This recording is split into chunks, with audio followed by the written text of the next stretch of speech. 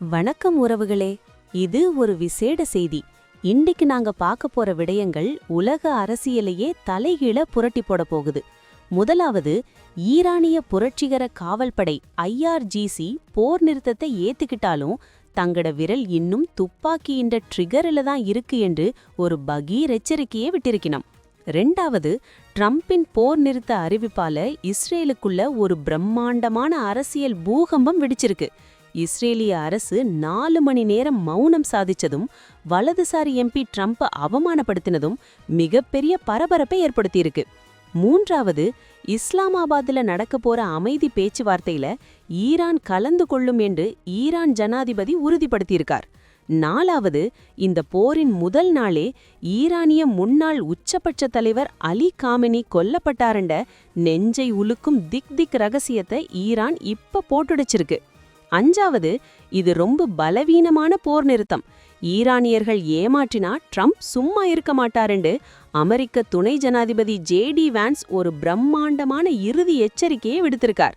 இந்த அத்தனை திக் விடயங்களையும் இப்ப நாங்க முழுமையா அலச போறோம்.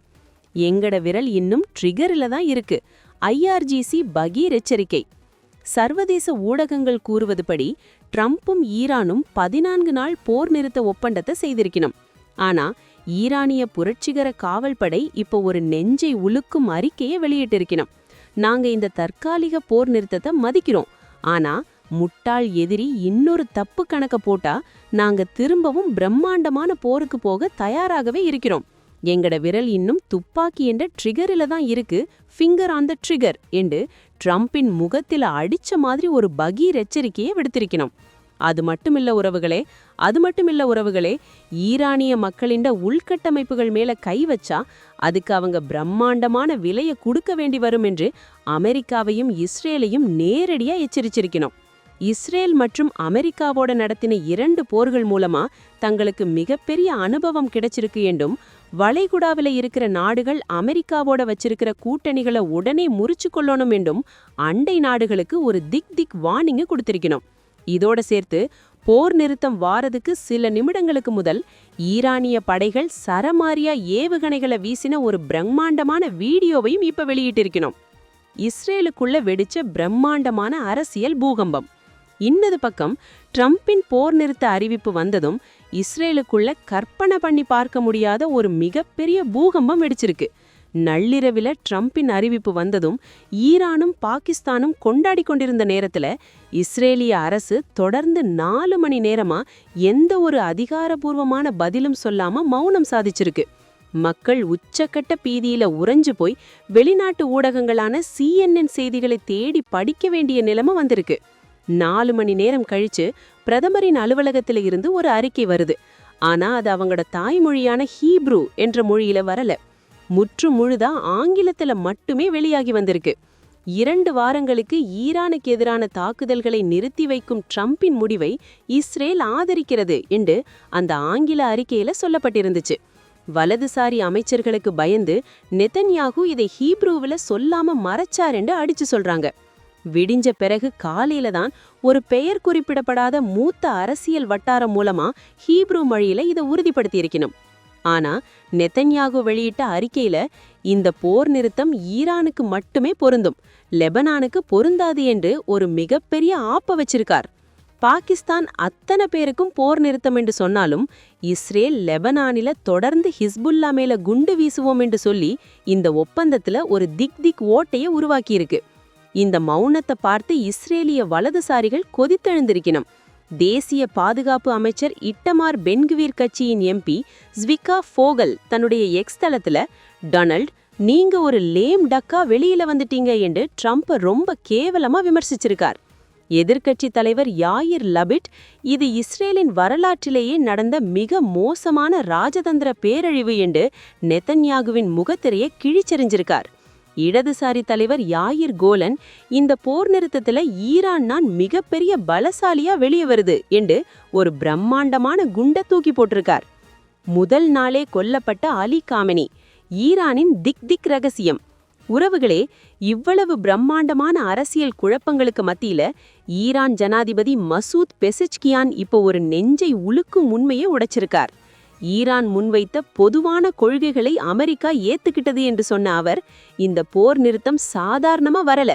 போரின் முதல் நாளே அமெரிக்க இஸ்ரீதிய தாக்குதல்ல கொல்லப்பட்ட முன்னாள் உச்சபட்ச தலைவர் அலி காமெனியின் தியாகத்தாலும் ஈரானிய மக்களின் பிரம்மாண்டமான எதிர்ப்பாலும் தான் இது சாத்தியமாச்சு என்று உலக அரசியலையே அதிர வச்சிருக்கார். அதாவது போரின் முதல் நாளே ஈரானின் ஆகப்பெரிய தலைவரான அலி காமெனி கொல்லப்பட்டார் என்ற அந்த திக் ரகசியத்தை ஈரான் இவ்வளவு நாள் மூடி மறைச்சு வச்சிருந்து இப்பதான் உத்தியோகபூர்வமா வெளியில சொல்லியிருக்கு. இன்றையில இருந்து நாங்க ஒண்டா நிப்போம், அது ராஜதந்திரமா இருந்தாலும் சரி, பாதுகாப்பா இருந்தாலும் சரி, வீதியில இறங்கி போராடுறதா இருந்தாலும் சரி என்று ரொம்ப ஆவேசமா எக்ஸ் தளத்துல பதிவிட்டிருக்கார். இஸ்லாமாபாத்ல வெள்ளிக்கிழமை நடக்க போற மெகா பஞ்சாயத்து. இப்ப உலகத்தின் ஒட்டுமொத்த பார்வையும் பாகிஸ்தான் தலைநகர் இஸ்லாமாபாத் பக்கம் திரும்பியிருக்கு.